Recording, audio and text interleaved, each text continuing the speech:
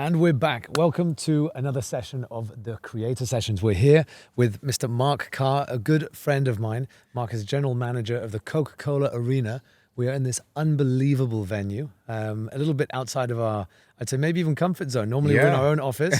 Now we're here sat in all of this incredible space. Mark, welcome to the show. Thank you very much. Thanks for joining us. Nice having you, yeah. Thanks for welcoming us down to the Coca-Cola Arena, mate. This place is I didn't see the ticket upon entry, so if I We've got a whole crew here. It's mate, this place is fantastic. But let's start with you. You and I have been friends for a very long time.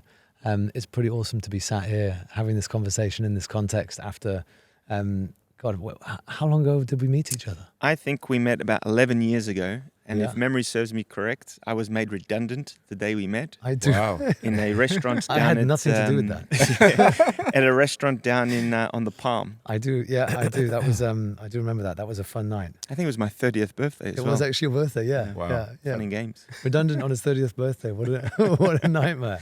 But mate, obviously, needless to say, you've come a very, very long way since we first met that first day. You losing your job that day to being the general manager of this incredible place. Mate, we'll start from the beginning. You've been in Dubai now for how long? Just over 15 years, going on 16. 15 years. 15 years. And in a nutshell, what got you from the day you arrived to where you are today? Gosh, I think Dubai is just a testament of hard work allows you to really become something. If you look at the whole entire city, it's about trust, it's about connections and networks and just proving to yourself. I first came for a holiday in 2005, and what really attracted me to the city was Ski Dubai. I thought, Okay. Wow. I came in July, it was like 49.8 degrees.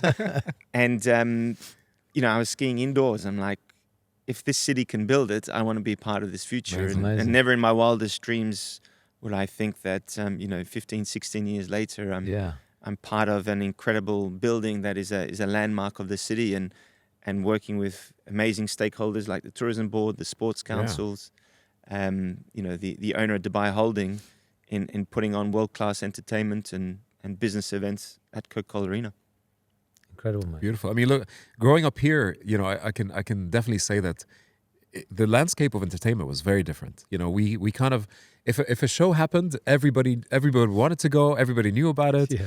And just looking at, and that's probably like around 20 years ago, looking at how the landscape looks like today and the amount of, events you guys are putting on here is just amazing to see and to witness that change. Yeah, 100%. If you cast your mind back, it was the old Nadal Sheba driving range Yes. where concerts took place. I remember that. I went to a 50 Cent concert there Yeah. one time. Phil Collins and Shakira at the Dubai Autodrome as well in the sort of amphitheater that they had. It's where we are today, and for Dubai to actually be sort of on the tour world map. Artists are requesting to stop in Dubai or Abu Dhabi for that matter, and play in a world-class venue on the way to Australia or Asia or on the way back. And it really changes the entire dynamic of the entertainment industry in the region. I feel like, initially it was a big investment to try and bring somebody over because it wasn't part of their tour plan as well, right? Like Dubai wasn't part of that journey for them, and now it is.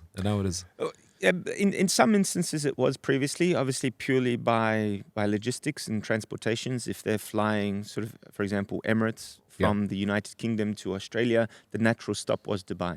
And with phenomenal outdoor venues, the infrastructure was quite expensive, but there was means to it. But again, it was seasonal, 7 months at most.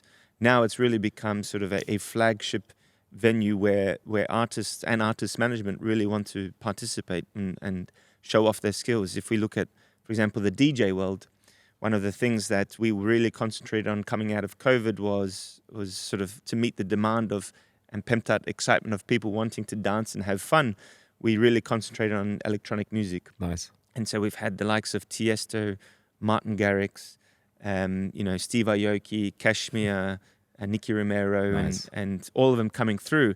And now amongst the DJs themselves, it's whoever gets to play at Coca-Cola Arena is kind of made it in Dubai, Nice. which is incredible to hear. Amazing. That's awesome. Let's take it a little bit more personal, Mike. It's obviously been challenging being in this space over the last few years with COVID, and everything that you've had to go through. What are some of the personal challenges you've faced with not only leading a team, leading an organization, but at the same time, you've progressed your career during that time as well. What are some of the biggest challenges you faced over that period? I think the biggest challenge has been sort of going from a senior leadership role into a leadership role. You know, the CEO at the time, a very good mentor and friend of mine, Guy Nerata. So it was sort of like losing a friend. So, you know, he did an incredible job with that building, and you always had that sort of one layer of safety net, so to speak. Yeah. And lonely at the top, right? only at the top. So, you know, you were not privy to many of the conversations or decisions that had to come through. And, you know, so when he decided to go back home to New Zealand and I was given that opportunity, it's, oh, hang on. I'm prepared to understand what the work is and what it entails, but I really didn't know. Thanks for the heads up of all the stuff behind the scenes that you have to make decisions on, and you know, business cases being presented and that make 100% sense, but you've got the great news of sharing it to your colleagues saying, unfortunately, it's not going to happen this month or this year. You know, as well as people. You know, the toughest part about the job is managing people. We talked about this off air, and you've got very talented individuals. You've got a great appetite and working experience from people, but you've got a lot of different nationalities and cultures. Yeah, and especially in the events industry, it's one of the most sort of highly stressful industries and roles. And when you're undertaking multiple activities back to back, emotions run high, and you know.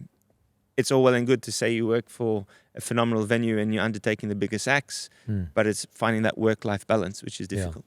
Yeah. And what's your approach to management in the context of, as you said, it's very intense. When it's go time, it's really go time in this industry, right? So how do you find that balance? How do you make sure that the team is on form, motivated, driven, and able to perform at the highest level, really when it matters, you know, when it's game day? How do you get that from the team? I think it's two things. It's one, sort of leading by example. So it's all well and good to expect your team to put in the hours. But if you're on a golf course or you're on your boat or not really engaged in it, it doesn't resonate with well with your team. So it's obviously being there as much as you can and supportive. And the other part of it, I think, is it's culture. So the culture can be everything from work-life balance right through to, you know, ensuring that the staff have the right tools and equipment to make it work, and also nutrition. It sounds silly, but, you know, one of the things that we've implemented recently, well, not recently, but we've implemented for a while and it seems to work, is staff lunches and dinners when applicable on show days. So the staff don't have to worry about grabbing a bite to eat or spending that 50, 60 dirhams on Deliveroo or wherever it may be and sort of rushing, you know, it's proper set sort of menu times. You know, get their input in terms of what they would like to see on the menu. So it's not just pizzas and hot dogs. It's actually, you know, roast chicken with vegetables and lasagnas and other bits and pieces.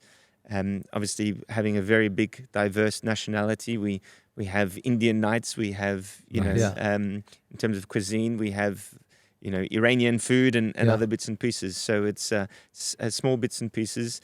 And then, you know, really at least sort of 6 to 7 weeks undertake a town hall and just provide updates to the team and say, listen, this is what we're really excelling at. This is what's working well. These are the things that we really need to focus on as a business. And if we don't, just so everyone's kind of aware, these are some of the consequences, not in a threatening manner, but this is what it potentially means. It's reality, right? Giving everyone the real picture so that they can respond accordingly. Exactly. And, you know, another prime example is we all know the city certainly loses some of the sort of the population over the summer with travel and the school periods and so forth. So it's like, okay, guys, there's no point us really undertaking the quantity of events during the summer. We can afford potentially to close the building for a couple of weeks. But what that means is just before the summer and straight after the summer, we're going to have to double down in terms of the workloads. So you want that 3-4 week break in the middle. There's a season there. It means we're doubling up right at the end and right at the start. And it's it really reminds me of what we do in production as well. It's very seasonal, and when it's go time, and it's the 12 hours. It's sometimes even more than that as well. So I can definitely relate to that. to what you just said. And I really like the celebration of cultures. And I feel like it connects a little bit to what we were talking about in terms of the type of shows that you guys host here. And we could only be exposed to, let's say, the international acts and the big DJs. But in reality, when you guys are putting up, Arabic Khaliji artists, for example, or regional artists from Bollywood or from the Middle East, the turnout is sometimes even much larger than that as well, right? Like of the international. It certainly is. In full transparency, the original business plan was sort of concentrating more on the Western and the family content with a little bit of Arabic. And, Arabic was just one bucket. Yeah. And Southeast Asian, to where we find ourselves today is we're probably, the market leaders in terms of putting on Khaliji content and Arabic content coming through.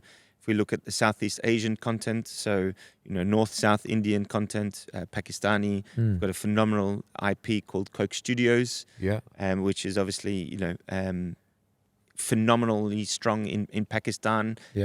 What originally started as the version of sort of American Idol for Pakistan is now in its own it's an institution.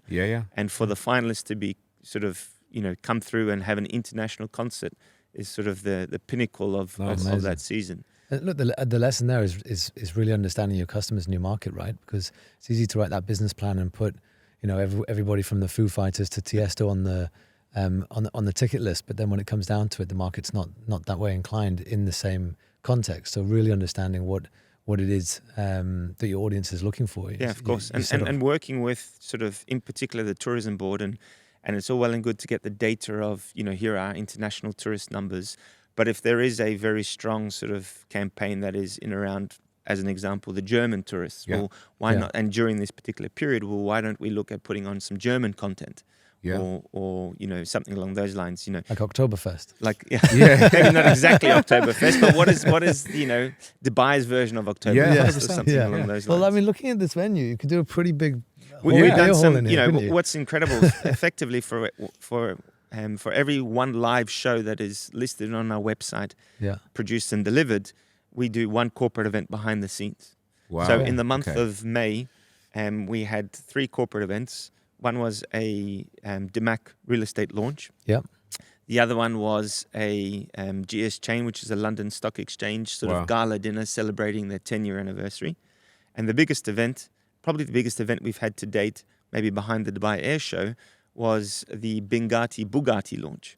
Oh, wow. Okay. So we had close to 7,000 people in the building. You had 1,000 people on the floor in terms of a gala dinner setup. Wow. And you had 8 Bugattis in the building. Wow. Unveiling their newest tower. Wow. Amazing. That's incredible. That's super nice. And I think, speaking about the modularity of your venue as well, I feel like, we're seeing one version of it now, but there's so many other versions. Can you tell us a little bit more about how can it change its format? Yeah, of course. So I think, led by our production team that have sort of very, very innovative.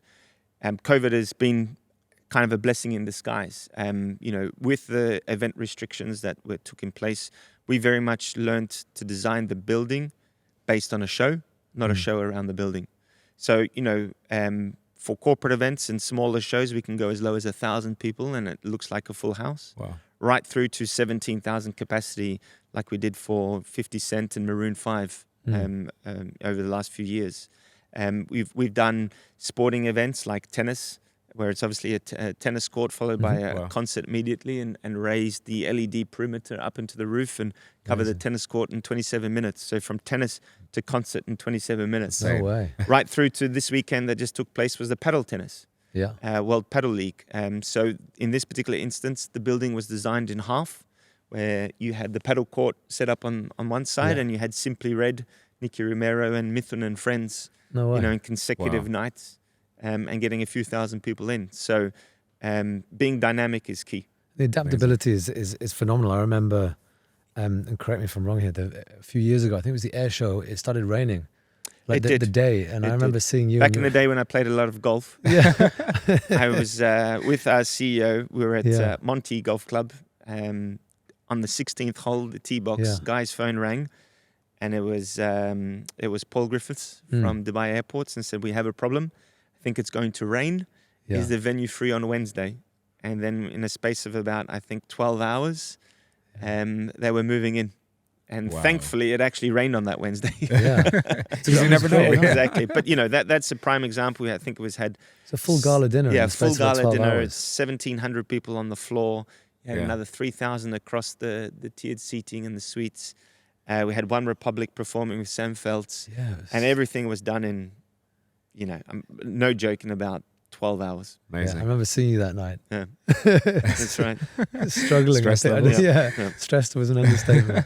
I think I think when it comes to the live entertainment in general, the Coke Arena is really now an institution. I want to say, and it is a venue that a lot of people start looking towards.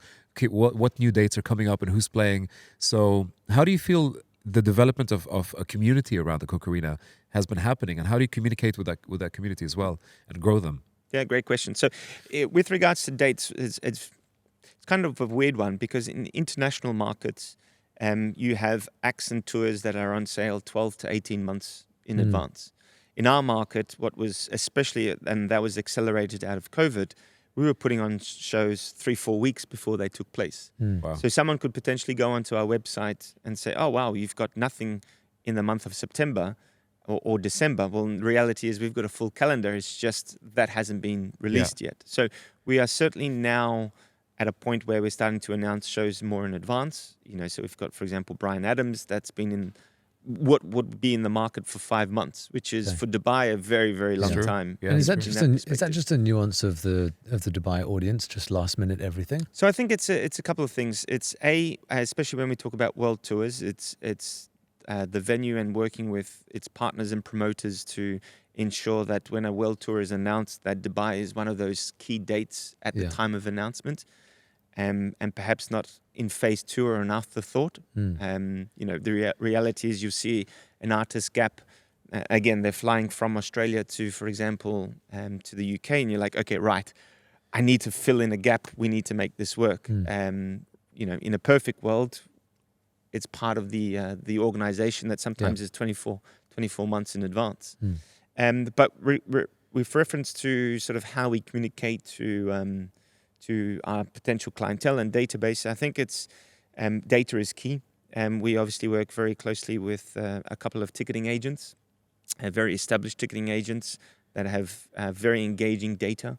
And, we test the market in terms of what type of shows people would like to see. And the number one always is BTS. I like to say that BTS, at least for the immediate future, does not perform indoor arenas. Okay. So let's just get that. Let's just clear BTS is not coming. We'll put that in the show notes. Yeah, exactly. But it's about communicating through data. Through emails, through SMSs. The old school SMSs make a big difference as well, and obviously social. We get phenomenal engagement levels when shows are announced. But the key is converting into ticket sales. So we collect data through pre-registrations, on-site questionnaires, subscriptions.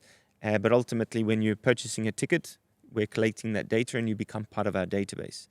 Important to note, though, is if the three of us like, for example, KISS, that's coming in October, 9 times out of 10, one person is buying the 3 tickets. So we're only capturing the data of that one person. And often on some genres, depending on, for example, if it's the lower age group, it is the parent that's, for example, buying the ticket. So it's about working smart and clever and understanding, okay, so I've bought a ticket to Tiesto, but this particular data has bought a ticket to Tiesto, but it's actually not the person that is attending the show. Interesting. That makes it a bit more difficult. Yeah. So staying on the community theme, what do you do to engage with local talent?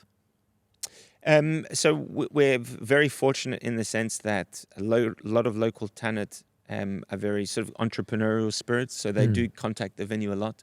We, everything from guitarists to up-and-coming performers. So we've effectively created a little bit of our own database. Nice. We've got a lot of really cool boutique agencies, as you know, in this market that consistently have everything from harpists to guitarists to singers.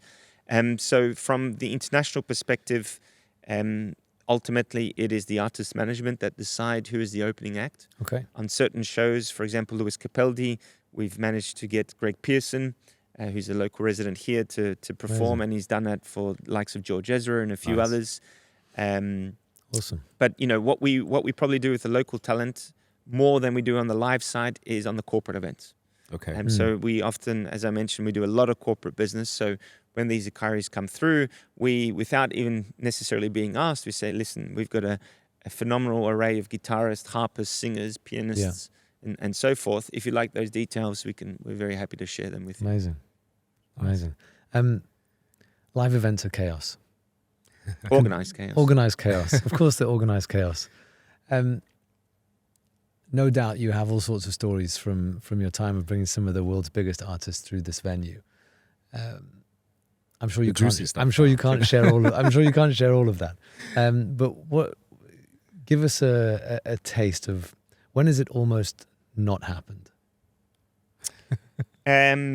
More often than not, than you think. Really? And that doesn't necessarily mean something's happened in the venue. It could be, for example, a flight that the artist has missed. We had an Afrobeat show called Afro World a couple of months ago.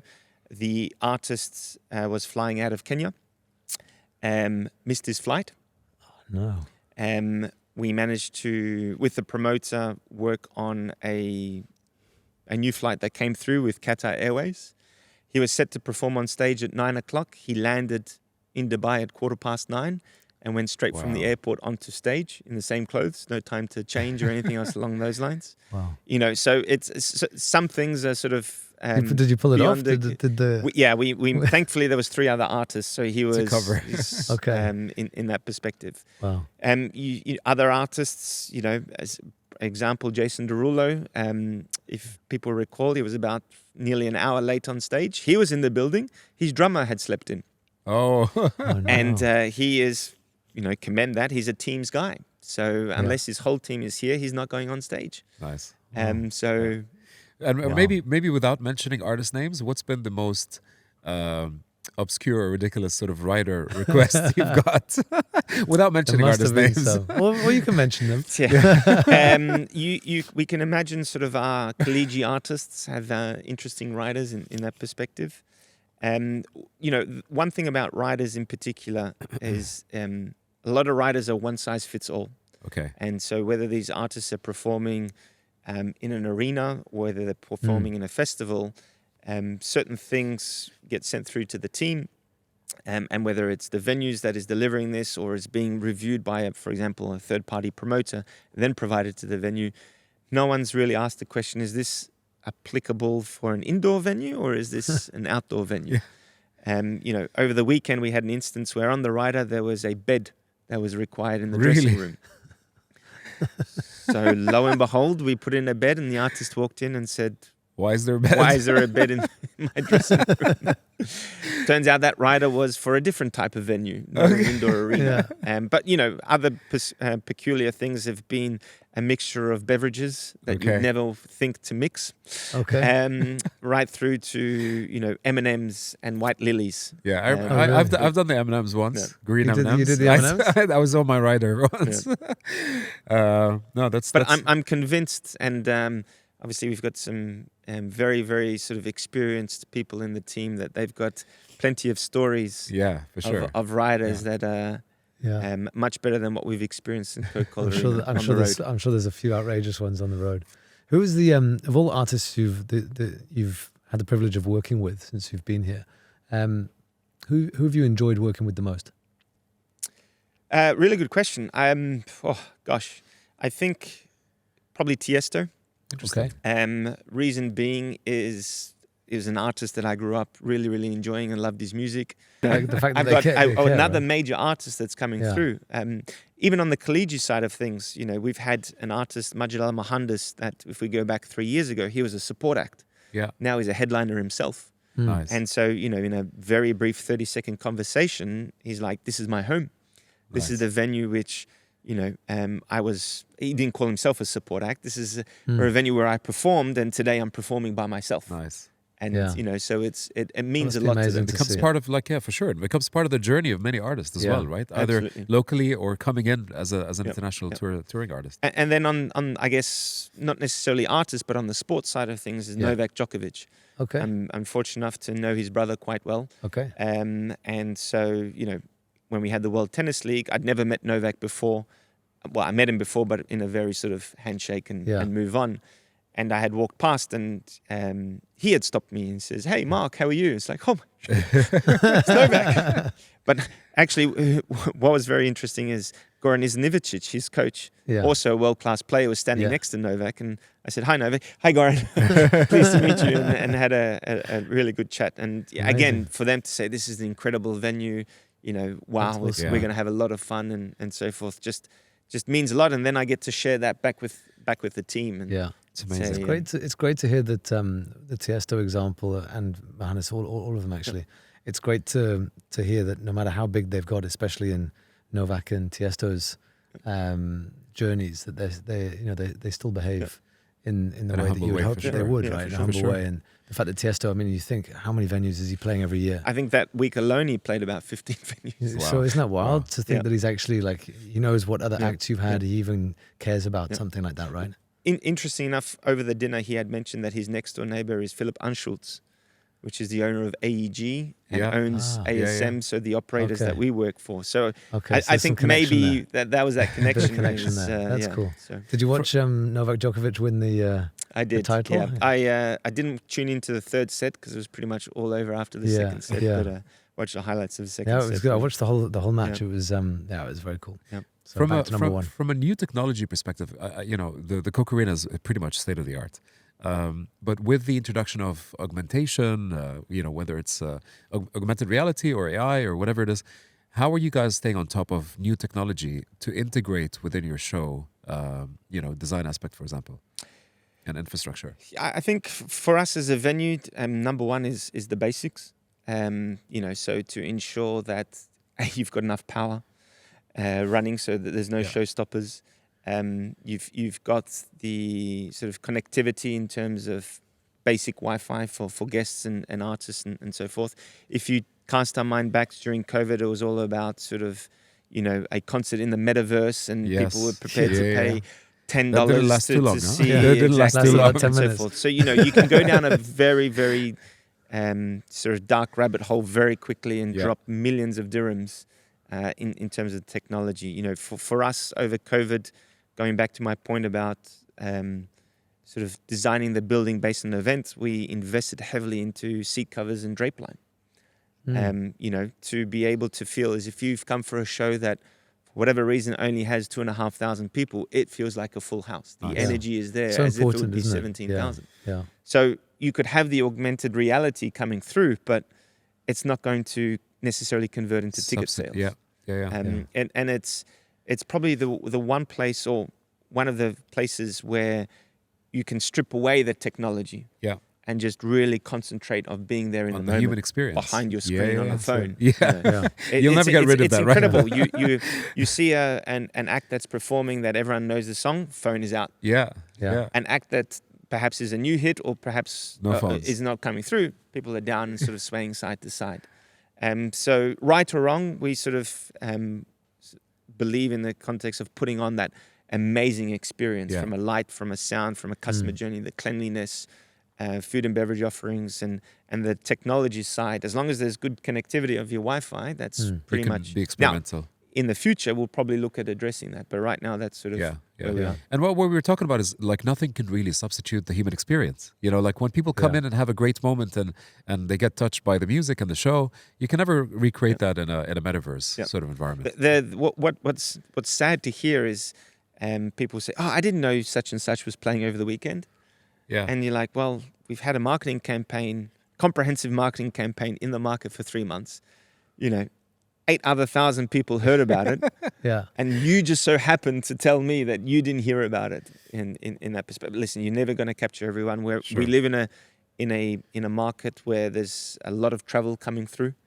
So the advantage of putting shows on sale so far is that people are aware of it, but the reality is you don't know. You want to come to the Bryan Adams show, but where are you going to be on the 4th of November? Nobody knows. Nobody knows. And that's the nature of the city we live in. And, I would say, I think we're all aware that there's just so much more on offer now than there was even pre-COVID, right? There's so much stuff that's come back. Such a competitive landscape. Yeah, very much so, right? And it's your direct and indirect competitors, because it's almost like, share of ear, share of eyeball, however Well, you wanna- Netflix is a competitor.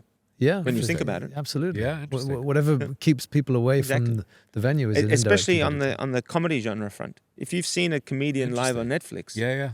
Yeah, might not wanna go. unless you are a genuine fan of that, like, why would I pay 250 dirhams Yeah. to see him live? He's probably Yeah. just going to repeat the same Netflix jokes. yeah, that's Interesting. must be tough, huh? And add to that is in terms of timings.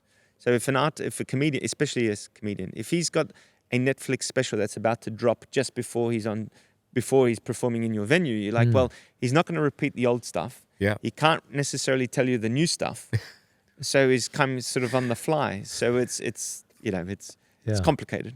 It is complicated. A bit more of a macro view now. How do you see the region as a whole is coming up in so many ways, and there's so many opportunities for fresh content, for new events that are happening. Certainly in Saudi, there's a lot of activity there. We were just talking off camera about your activities in Saudi as well. How do you see the growth of the region affecting Coca-Cola Arena specifically? I would say 99% is positive. Yeah. The 1% challenge comes down to the appetite of countries like Saudi or even Bahrain in terms of what they're paying the artists. Yeah. Yeah. And Dubai was very much in this position, up to 10 years ago. And so all of a sudden now it's not fair, but, Yeah. Yeah. but, the reality is Saudi is paying handsomely for Yes. artists. And so It distorts. It it distorts it. And Mm. artist management is saying, well, okay, great. If you want me to perform in Dubai, I can appreciate it's not going to be Saudi money, but it's, there or thereabouts, and which commercially don't make sense Yeah. unless it's underwritten in that. But Subsidized or- the business model has moved on from Yeah. Dubai in that perspective. The advantage is that it brings spotlight to the region. So it has become, it's a nice region to play versus it's a must region to play. We are working with sort of the relevant Saudi boards and the Bahraini boards to identify what talent they're coming through and how we can piggyback off them and say, okay, if we know this talent is performing at Middle Beast, as an example, or Jeddah season, or Formula One in Bahrain, Yeah. how can we look at creating a sort of mini leg tour around it? With the sort of the signing of the Abraham Accord as well, and Tel Aviv and Israel becoming a player now. The fact that we changed our working week Monday to Friday, the proximity to India, it just makes us absolutely more competitive. Yeah. It's 100% true. And many of my friends who are promoters, when even Dubai and the UAE were paying much more for artists to come through, they kind of got washed away, from the scene because they couldn't anymore compete with the likes of the Formula One or, the big booking fees basically that were being paid for the artist. How do you see? I think just on that one, I think Dubai's just got this something special, isn't it? For sure. So, and I'm sure this will come about in Saudi, but, an artist's positioning is sort of come perform in Dubai, but I can also take the family or friends and have a bit of a holiday. Whereas Saudi is yet to be able to achieve that. Maybe Allure is a little bit different in those unique spots. But, so it's, well, think of it this way. Come perform in Dubai. You're perhaps not going to get those fees, but you can enjoy a 3-4 day holiday and experience the city. Exactly. Yeah. And I think the beauty of it is, like you said, I think the region is becoming more of a hub for artists to really consider a mini tour, for example. So it's not anymore just Dubai, for example, as a performing venue, but it's Dubai, it's Saudi, it's Bahrain, Qatar, and the rest. So it's really flourishing, I would say, overall. So on the macro view, there's a lot of interesting things that's about to happen for sure. Even sort of the sounds of the city, the sort of the stuff that you guys produce. You've had artists, world-renowned artists that have taken the time. Dear Hassan. Yeah, exactly. Yeah. But, have performed on that and then performed at the arena. Perfect example is Hans Zimmer. Yes, it's beautiful working with us. He made a soundtrack that's set to be For released Dubai. for Dubai. Yes.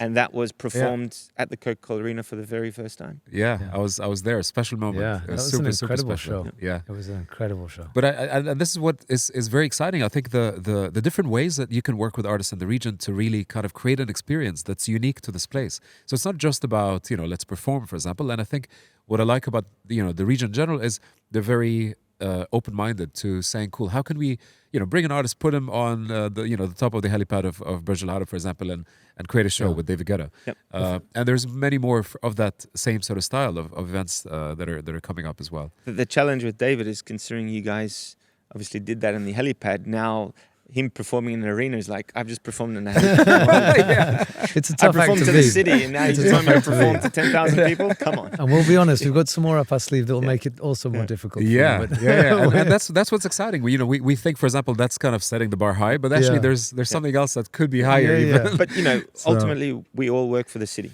Yes, And so it's about Yeah. driving content and experiences to the city, and Correct. whether that is on a helipad or wherever it may be, or a venue, or by the creek, or out in Al Qudra by the lakes there. It's just representing Dubai, which is benefiting us all. 100%. That's it. 100%. And I think that, look, the cross-border support and interactivity across the various GCC countries is that's where the real strength will lie, right? It's positioning the region as this Evolving. hub of content, but it's also helping music and everything that you're doing here and that we're trying to do here with the various tourism boards is by default positioning the region as a place to visit. Correct. Whether it's to be experiencing music or cultural events or just to experience the city.